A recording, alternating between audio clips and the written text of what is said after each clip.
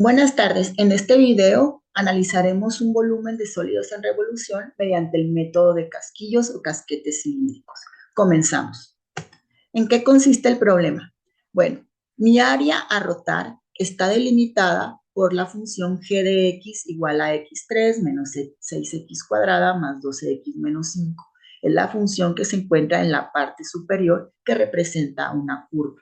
Y por mi segunda función dada por f de x igual a menos x cuadrada más 4x menos 3, que representa una parábola cóncava hacia abajo que se encuentra en la parte inferior. A su vez están delimitadas por las rectas x igual a 1 y x igual a 3. Bueno, el área que conforman estas funciones es la que se representa mediante el color rojo. Esta a su vez va a rotar alrededor del eje de la Y. Veamos qué sólido se nos va a generar. Vean ahí la rotación cómo se presenta. Ahí se ve el volumen que se nos está generando, el sólido. Ese sólido, pues es un sólido que tiene un hueco, presenta un hueco, ya que el área está despegada del eje de giro. Obviamente este sólido, este volumen, es una figura que no es regular, por lo tanto tendríamos que usar algún método de integración, algún método de disco, arandela o casquillos que ya conocemos. Método de discos. Obviamente el método de discos queda descartado. ¿Por qué? Porque recuerden que para usar método de discos tenemos que tener el área pegada al eje de giro. O sea, son en los casos en los cuales nuestro sólido queda totalmente compacto, macizo, ya que el área forma parte del eje de giro y en este caso obviamente el área no forma parte del eje de giro. Entonces podríamos irnos a arandela. En arandela el área no debe de formar parte del eje de giro. Sin embargo, en este caso sería complejo generar un método de arandela, ya que si ustedes se fijan, los radios quedan un poco complejos de, de hacer, ya que vean que hay en ocasiones en que hay muchísimos radios. Vean el giro, quedaría muy difusos los radios. Entonces yo creo que mejor nos iríamos a un método de casquillos. ¿Sí? En donde el corte, recuerden que el corte en casquillos va a ser paralelo al eje de revolución. Vean que ahí está el sólido sin movimiento, es ese que está en color verde, dado por la función en rojo, el área que me genera mi sólido en revolución. Obviamente este volumen lo está generando hay dos funciones involucradas en este sólido. Vamos a ver qué va a pasar con estas dos funciones, qué parte van a ser de mi sólido en revolución. Recordando también que en casquillos el volumen es 2pi radio altura espesor. Recuerden que estamos sacando el volumen precisamente de esto, de cilindros huecos, cilindros uno tras otros, casquetes que están incrustados los unos dentro de los otros, como se ve aquí en la imagen. En eso consiste el método. Entonces, ¿qué pasa? Con tan solo obtener uno de esos volúmenes y hacer una sumatoria de volúmenes desde un punto A a un punto B, pues obtendremos nuestro volumen total, ¿no? Entonces, el caso aquí es plantear qué parámetros necesito para obtener mi volumen total. Recuerden entonces que el volumen del casquillo es 2pi radio altura espesor.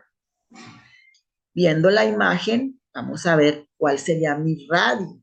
Vean que el radio, se puede observar que el radio está delimitado por una distancia horizontal dada en X. Vean el radio cómo está variando. Esa variación me la da o me la proyecta el eje horizontal, o sea, es decir, el eje X. Entonces mi radio únicamente sería una distancia X, porque recuerden que en casquillos el radio no es ni el superior ni el inferior, sino un promedio de radios de manera genérica. Entonces el radio sería X.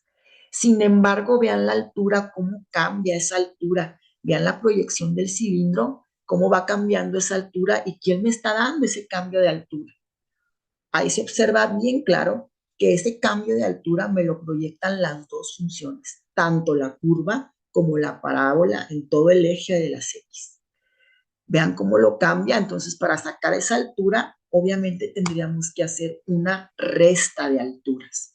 Es decir, la curva, que es la que me proyecta mayor altura con respecto al eje de las X, y le restaríamos la altura que me proyecta la parábola para obtener esa altura pedida de cada uno de mis casquillos que se van a generar desde el punto 1 hasta el punto 3, ya que mi grosor, como ustedes lo pueden ver, está dado en X. Este grosor me lo proyecta de X, por lo tanto, mis límites de integración serían de 1 hasta 3, o sea, límites en X.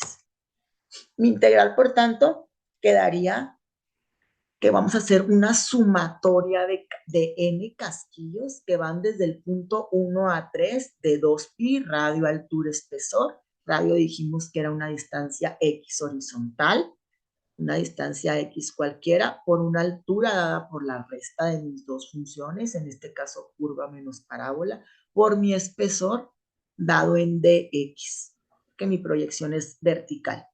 Entonces la integral quedaría 2pi x por esto que es la altura, por mi espesor. Recuerden que el 2pi es una constante, entonces la constante va para afuera de la integral. Integramos de 1 a 3, aplicamos propiedad distributiva, es decir, multiplicar el radio por nuestra altura, que quedaría esta igualdad por mi espesor. Entonces, obviamente, al integrar, se nos quedan 4 integrales diferentes, pero las dos son, a su vez, x a la n, integramos como xn más 1 sobre n más 1 para todos los casos y evaluamos la integral definida.